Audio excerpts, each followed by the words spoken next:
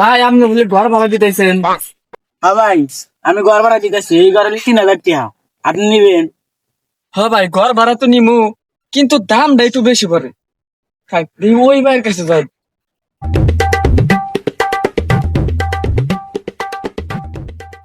আচ্ছা ভাই, আপনার রেট কত?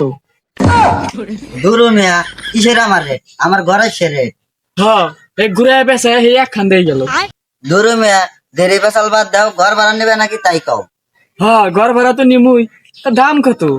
বেশি না তো, মাত্র 300 টাকা মাস। হ্যাঁ ঠিক আছে, তোমার রেটটাই ঠিক, হরো তুমি। দাঁড়াও মিয়া দাঁড়াও, একটা কিন্তু সমস্যা আছে, আমার ঘরে টয়লেট নাই। আরে মিয়া, ওইটা নিয়ে তুমি চিন্তা করো না, ওই সমস্যার সমাধান আমি হাতে করে নিয়ে গেছি। হরো মিয়া, হরো।